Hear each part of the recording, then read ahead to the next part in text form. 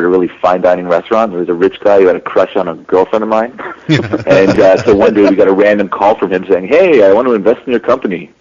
So we took him seriously, hung up the phone, and said, "Okay, if we're going to make a movie for a rich dude, that let's make him some money. So let's try to come up with a high concept, low budget idea." Right. And then we came back to kind of the story that consumed us for 5 years, and decided to make a mockumentary with kind of us bumbling through making all these mistakes, and instead of it being someone who had committed murders 10 years before, which is what kind of crushed the documentary in the first place. Yeah, it was tough to talk about. We'll make it about someone who's doing it, while we're shooting the documentary, and then from there it just kind of came out very quickly. Actually, we ended up basically locking ourselves in a room for a week, and the script came basically fairly easily, even though a lot of it changed during shooting and especially during editing. There was, some reshooting, but the final scene order, when it comes to editing and, the script goes something like, 8, 1, 2, 12, it's right. all over the place. But it ended up being, I think the best stuff rises to the top, But the original cut of the movie was over 3 hours, too, and then eventually had, all kinds of stuff that ended up on the floor. Mostly Nathan and myself trying to act badly. Well, at least you recognize that right away. I liked it. I liked in the credit that you put yourself as yourself. I thought that was cool. Well, yeah, it's. I was like, that's cool. I would have done that. We couldn't credit ourselves as doing any kind of characters because that was pretty much us. And I mean, a lot of the times it was, literally myself, Nathan, and Anthony. Over at, that house that he lived in was actually the house that he lived in, which is an art director's dream. I mean, that place is creepy. Yeah, that basement needed no set design. Yeah. We just had to put up the torture rig, and that was about it. Wow. Everything was found like that. And that's, basically when we're sitting around having, coming up with this thing, we had Anthony. We said, okay, then we're going to, follow Anthony around because we knew he was excellent. And we knew we could try things, too. You know what I mean? Because when you only have a crew of 3, what was our biggest crew, Nathan? Maybe 20 people? Yeah, maximum 20 people with a whole sequence that cost us more money than anything else that didn't make it into the movie. or original ending, which was something else to talk about. But we made a few mistakes along the way, but I think, the best movie ended up, being cut and together, and we're really proud of it. You know what I mean? And we hope people will come out and see it April 22nd at the Times Theater. There you go, Milwaukee, Wisconsin. Milwaukee. Hey, if anything, just to meet Scotty. Well, of course, yeah. And of course, yeah, that's like the biggest dream of well, anybody. we have to have that audition. You know what I mean? I'll bring over a couple drinks. Yeah. And also, Chris Bridges will be there in attendance at that screening. Who is not only the most talented guy in the movie industry, and works on real movies like 300 and. He built the Tree of the Dead in 300. Built Tree of the Dead in 300. He's worked with George Romero a couple times. He's worked with M. Night Shyamalan, right. But he's also the nicest guy in the world and the most talented put together. Somebody we think is going to be a big star soon. Oh, that's cool. I really enjoyed the movie. If you guys haven't figured that out already, that's why I would like to see it on the big screen. I saw it here on my computer. I'm like, oh, yeah, I can't wait to see this on the big screen because it's going to be a lot freakier. I'm going to tell you that. Well. The blood, there is, again, some of that gore, again, without giving too much away, but there's the infamous anus shot. Yes, that was sick. I had to turn away at home. I'm like, oh, wait, am I going to wait till the That's usually the point that people are whipping the DVD across the room. I was like, see, that's when I put the popcorn bucket over my head, That would be. But hey, that's what horror movies about. If it doesn't make you squeal a little bit, then it's not a horror movie. Right, exactly. So the gentleman that played your doctor, I see him on Chuck. Oh, that's Vic Sahai. Yes. Yes, he came out before he got that gig, but the guy's a consummate professional, really funny guy too, ain't he? Yeah, he's remarkably funny.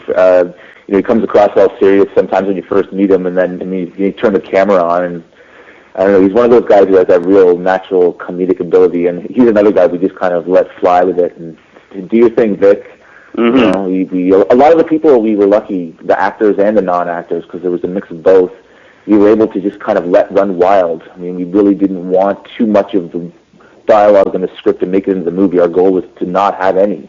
Well, when you have a good actor like Vic Sahai as well, we know that he's a guy that already comes with ideas and has such range. He was just in a great movie called The Mall as well, where he does a dramatic turn. So he can really do it all, and we were honored to have him in the movie. I can't wait to work with him again.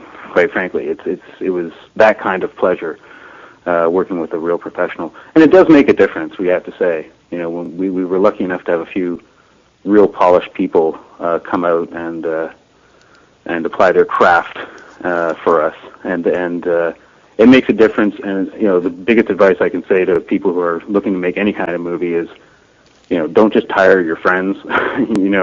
Find some real actors, because they're out there, and acting makes all the difference. We also made a couple mistakes too, right, Nathan, where we had cast the wrong person. Absolutely, yeah. All right, we'll talk about that when we come back.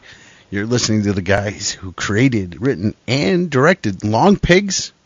And they're premiering it in Milwaukee on the 22nd. And, of course, ZTalk Radio will be there with Spooky Scotty, Joe, and Scott will all be there. So if you guys want information on it, you can email me here at the station at scotty@spookyscotty.com. And I'll get you guys all the information of where it is, and then we'll give their websites later. So don't go away. You're listening to Buzz on ZTalkRadio.com.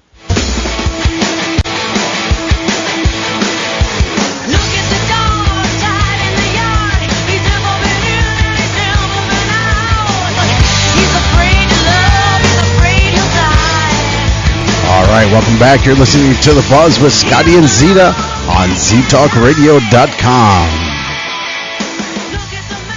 And we are so excited to have Chris Powers and Nathan Hynes with us on Long Pigs, the directors, with their premiere next week in Milwaukee. 22nd of April. 22nd of April. 7 o'clock. Actually, it's Chris Power and Nathan Hynes, but we don't care. You can call us anything. What did I say? Well, you said Chris Powers and Nathan Hynes. Oh, but it's Hynes. It's more like the catcher. Well, Hynes. There you go, Zeta. Thanks for calling, and now you wrecked it. Now they're going to throw. Okay, we got to record. Okay, back up. Now they're going to. All right, here, let's play the music again. This is how I think yours might sound better, actually. Maybe we'll go with yours. That's your professional name, then. Yeah. It's your stage name. There you go. Stage name. There you go. Oh, thanks, Well, Zeta. welcome back to the show. Anyway, yeah. No, it's their first time to the show. Yeah, that's right. With their new names. All right, so we're kind of talking in a commercial break about independent films. So how'd you guys start into independent films? What made you guys want to do this? I think we've always been independent-minded. I think when we first started working together, I only went to film school for a year. I think Chris only went for a year or two as well, and we kind of just decided we were going to do it on our own, that we were smarter than our professors, probably unwisely. Right. But I think that's just been our nature all along. I also think we've also been a bit outside of the box as far as, a lot of Canadian filmmakers get a lot of grants and stuff like that, and we've always kind of just financed things ourselves, and even Long Pigs, there wasn't one dime of government money involved at all. We raised all the money privately, and and then we were able to make a movie like Long Pigs. I think that script would have been butchered by bureaucratic people working in arts offices if we had gone that way. Instead, we made exactly the movie we wanted to make, and that's a luxury you don't get when you start to spend more money and you lose your independence. Yeah, when we were going at it and we knew that we weren't going to get any funding, then quite frankly we weren't even going to try. We basically said, let's write a movie that would never get any funding anyways. And if you notice, there's, it's shot in Toronto, and there's not one shot of the CN Tower. Yeah, there you go. Basically just made it so it's any street. Even though it is shot in Toronto, like every other movie, we're using American money and talking about AAA instead of CAA and all that sort of stuff. So it's, even though you can't get away from the Canadian accent and the fact that there's snow and people are playing hockey, it's we basically say we're going to make this completely independently. But we should say that we had a great investor who Nathan was lucky enough to meet just a couple doors down from where he was living. Oh, that's neat. Wow. The thing that I liked, and I